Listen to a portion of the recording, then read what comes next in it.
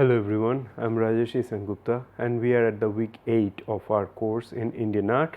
So this week we'll be talking about printing as one of the European interventions in the Indian subcontinent. So when we talk about the European interventions, by that I mean that the kind of technologies or the kind of aesthetics and the image making, those processes which were imbibed by the Europeans in the Indian subcontinent. So clearly we can think about it that how that also overlaps with the colonial period in the Indian subcontinent. However, we can also think about it that how some of these technologies that started being transported to the Indian subcontinent much earlier than officially the colonial period began. So in that way, what we can find that with the European interventions, there were few different kinds of image making practices. They arrived in the Indian subcontinent, and among them perhaps the two most important media will be printmaking and painting. So we already know that there are painting traditions in the Indian subcontinent, but in this case the European painting, by that I mean that a specific kind of British watercolor, at the same time the oil painting technique which had already been popular, at the same time it had already had its prominence in various parts of Europe at least since the 15th century. So in this week we'll be talking specifically about printing, and that is the reason we'll leave the painting part mostly for the next week. So when we think about the use of printing, and then when it started, some of the earliest records we find, and at least that some of the research on Indian printmaking that had been carried forward by Paula Sengupta and other scholars. So that suggests that around 1556, in the mid 16th century and later on, during that time the Portuguese missionaries and the Jesuits, they have gotten printing press in the western coast of India, perhaps in Goa and so on. And then later on we also find that how those printing presses, they were not only just present in Goa but also part of Tamil Nadu, and at the same time few of the other coastal cities in the Indian subcontinent. Now slowly we find, apart from the Portuguese missionaries, and then later on we find that how the English and the Scottish people, the traders, the administrators and so on, in the 18th century and 19th century, they will establish one after another printing presses in the coastal cities. So we find that the establishment of the printing presses, at the same time the commitment towards making prints in India, this new kind of prints in India, that also ran parallel with establishment of some of the new cities in the 17th to 19th century. So for example, we see that how the colonial expansion that was that was the driving force for expanding the reach of printed material in the Indian subcontinent. So how that also had its impact on making of some of the new cities, for example Bombay, Madras and Calcutta. So and all of them, as we can see, that all of them were coastal cities. So these are some of the ways in which we find that during this European interventions, we find that there are new kind of material, new kind of media that made its presence in the Indian subcontinent, in the visual culture of the Indian subcontinent, but also at the same time they overlapped with the establishment and growth of some of these newly established cities. So these are some of the things we find, and then slowly we will find that there are more and more of these printing presses, and by the end of 18th century or in the 1790s we find that in Shirampur near Kolkata or Calcutta, this press was established by the British East India Company, which published books and newspapers, and then later on we in English primarily, and then we find that how this printing technology was also something that the indigenous people, the locals, they have also taken up, and then publishing in the vernacular languages. So for example, in Bengali, in Tamil and so on, that also spearheaded. So by the end of 18th century, around this time, as I have already mentioned, that the printing press in Shirampur was a very important one. So similar kind of presses and printing activities, we will find them to be all over South Asia. So, and here we have there are also, like, when we have the printing presses, and then this particular kind of printed images. So some of the images, for example, this one, as we can see, that this is a 19th century image, and that shows the fort at Agra. And if we see this image, that it's not necessarily that all those early images in the 18th and 19th century were made in the Indian subcontinent.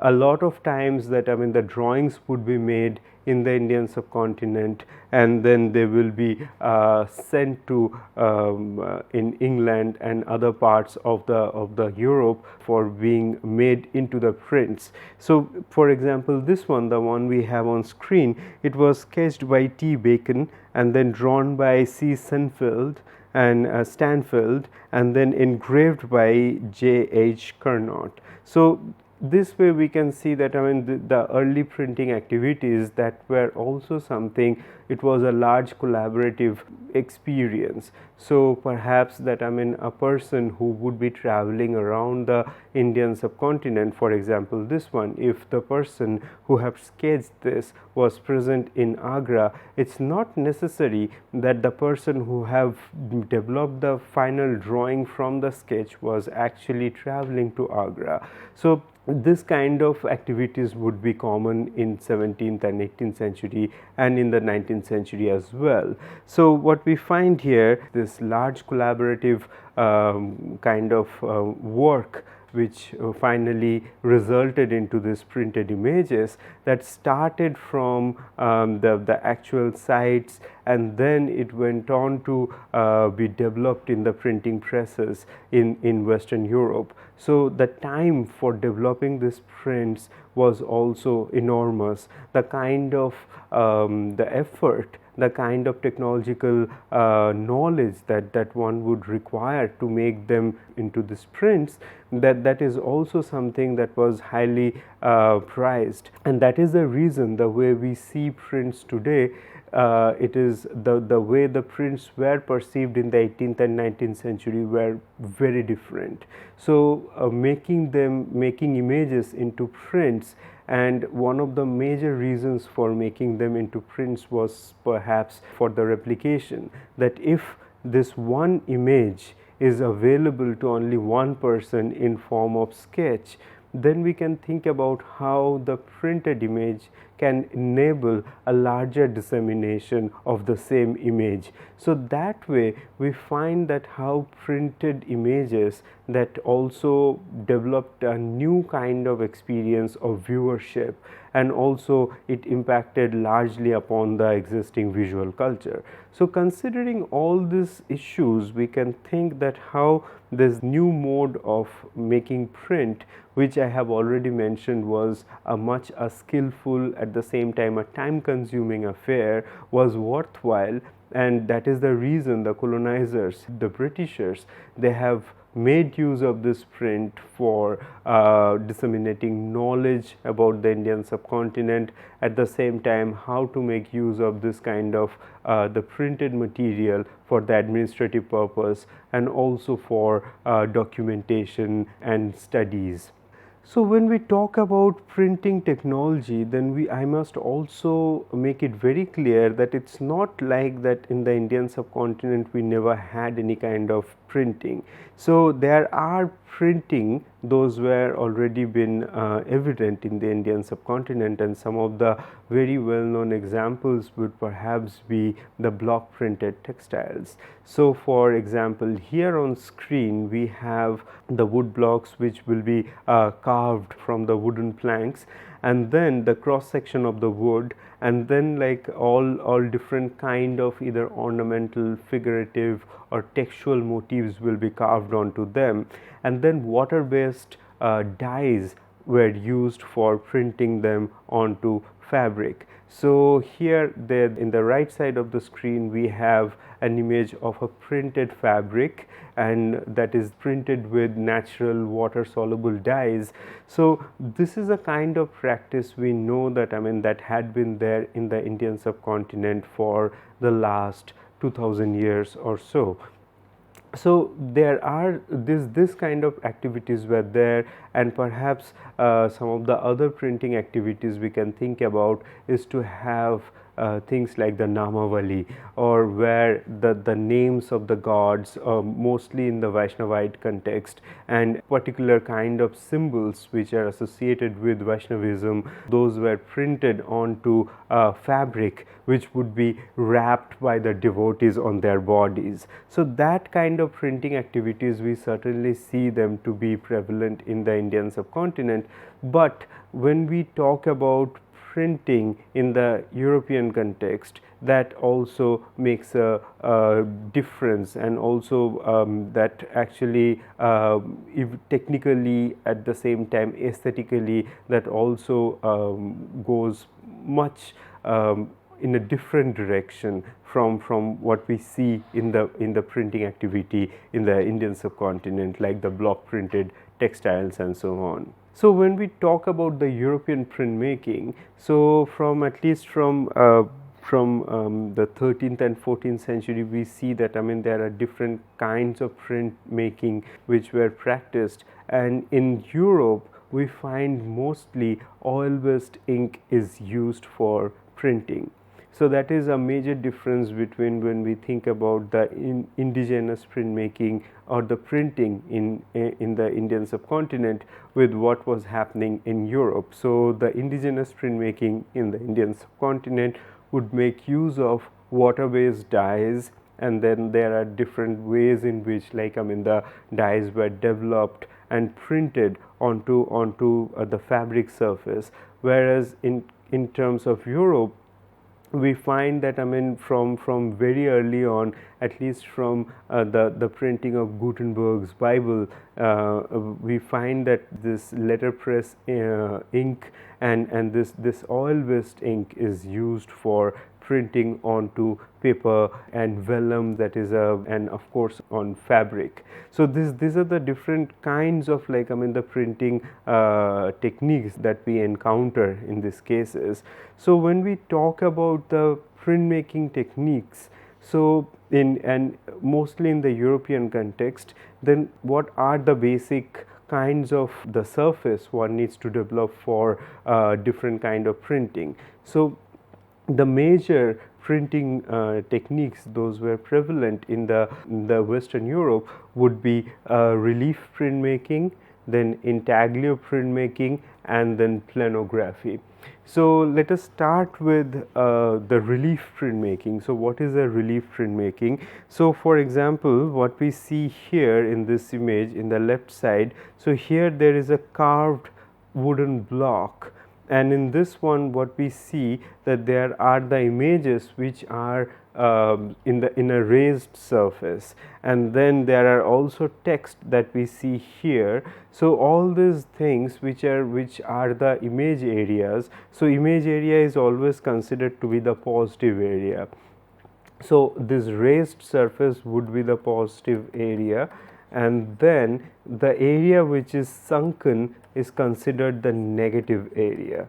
So these are the kind of these different areas which we can see in this one wood block, and then how that makes a impact on the printing that we can see is that when this particular wood block is is tinted, so the tinting process would require a roller, and then a roller is used because that way the oil based printing ink can be rolled on the top of this wood block, and that way what happens, only the raised areas, the areas which are raised from the negative areas would only receive ink from the roller, and that is how the entire wooden block will be tinted, and it will be ready for printing.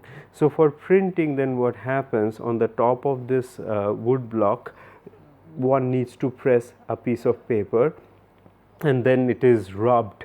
Either it is hand rubbed with paper weight and something that is that has a smooth surface, or it is also run through a press like the one that we have in the right side of the screen. So even though the press we have on screen here is a lithographic press, and I'll come into the detail of it, but similar kind of press for woodcut is also there. So this is how what we find that in this the relief printmaking, so the image area will be raised, the negative area is sunken, and the image area receives ink from the roller, the oil based ink, and that is how it can be printed on the paper. So the wood block is kept horizontally. On the top of that, the paper is kept, and then it is either hand rubbed or run through a press for taking the impression of this wood block onto the paper. And here we have the impression what comes from this wood block. So this is how we see that how the relief printmaking works. And if someone wants multicolor printing, then usually for relief printing in the conventional method, what we find that different blocks for different colors are used. So if there are colors in the body of this figures that we see here, then there needs to be the same the shape of the body needs to be traced on a different block, and then that particular block will be used for one particular color, and then that after printing the outline of this first print, then the same paper needs to be pressed onto the other block for printing the other colors onto them. So this is how the relief printmaking usually works. There are also stencil, there are also use of stencil, but we'll come to that later on.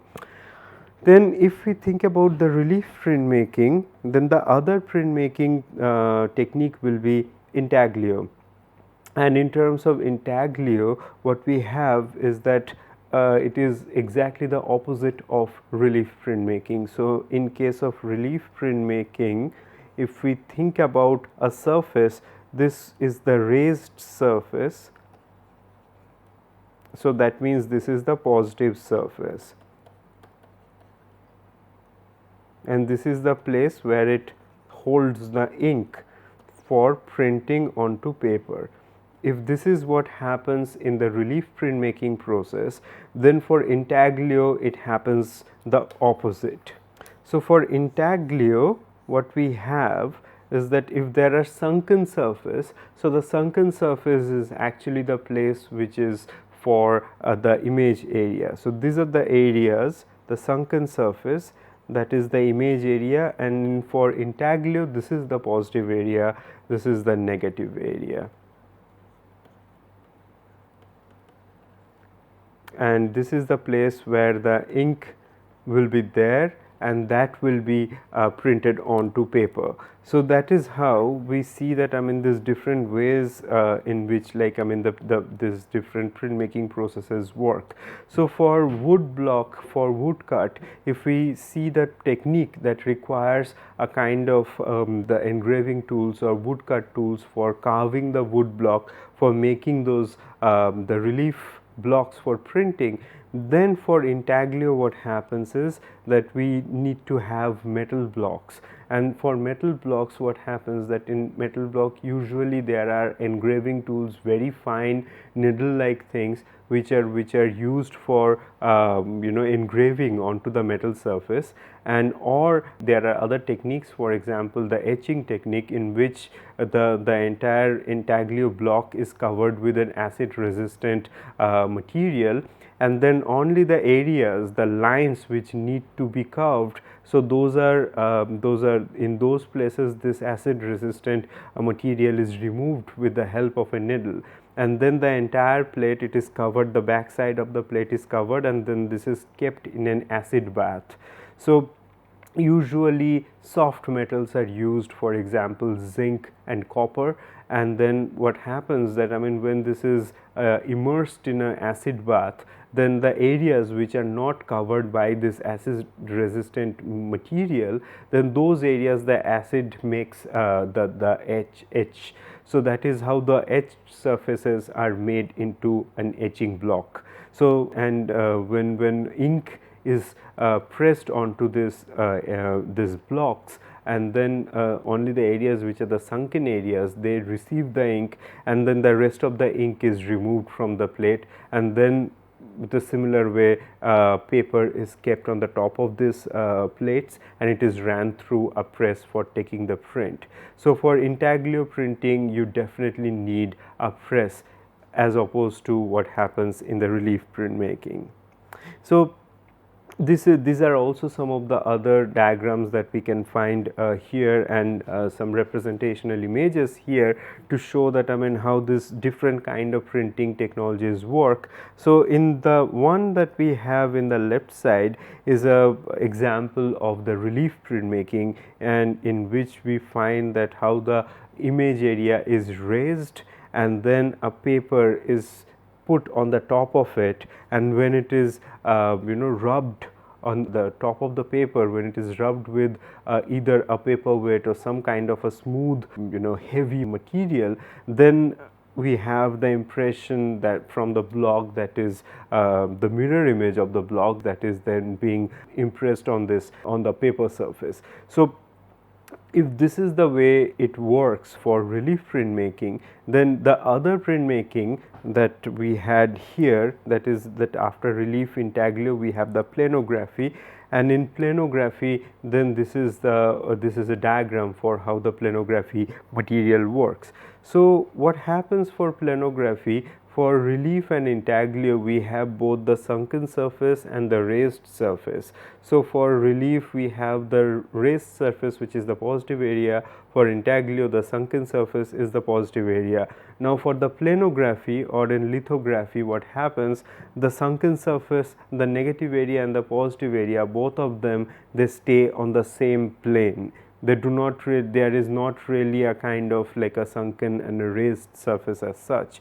So lithographic stones are a very specific kind of limestones which were first found in Bavaria in Germany, and before lithography we do not really have the half tone, that is that the in printing. So there were cross hatchings, but there cannot be an effect like a crayon. When we rub a crayon, a kind of tonality that happens for the drawing, that could not be achieved in printmaking until the invention of lithography. So what happens in lithography, that we see that on this particular kind of these limestones, greased based drawing material is used for making drawings.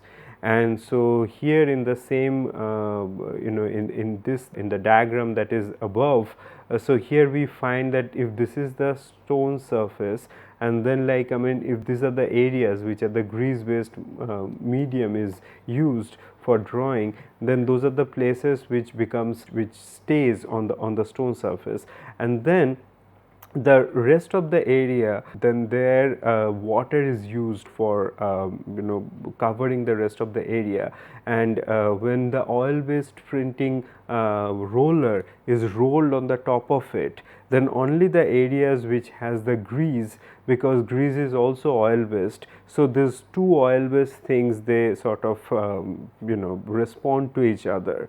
So the areas where water is present, so the oil based roller, the oil based printing ink would not penetrate into those areas where there is only water. So the areas which already has this grease based substance, those are the areas which will receive the ink, and that is how the entire lithographic stone will be inked, and then a paper will be pressed onto the top of it and the print will be taken from it.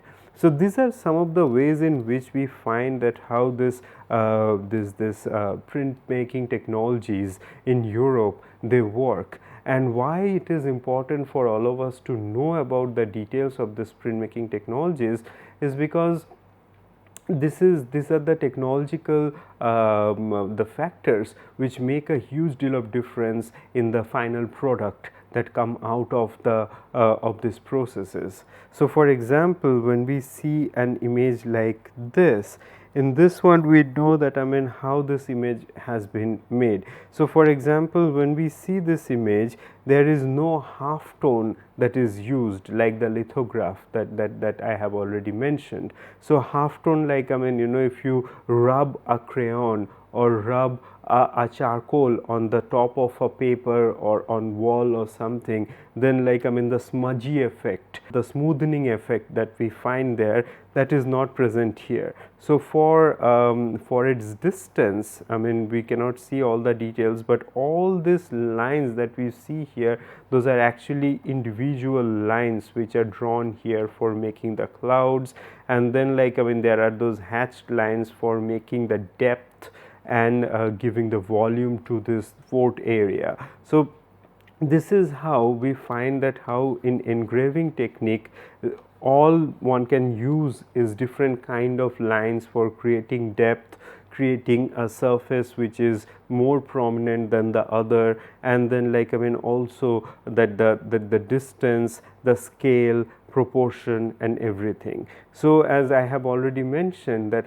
how these different kind of printing technologies, they make a huge deal of difference in terms of how these images are produced. So this can be taken as one of the examples of if this same image is produced in woodcut, it will have a very different kind of visual outcome, and if the same image is produced in lithography, then the modulation and then the tonality and everything else will also be different.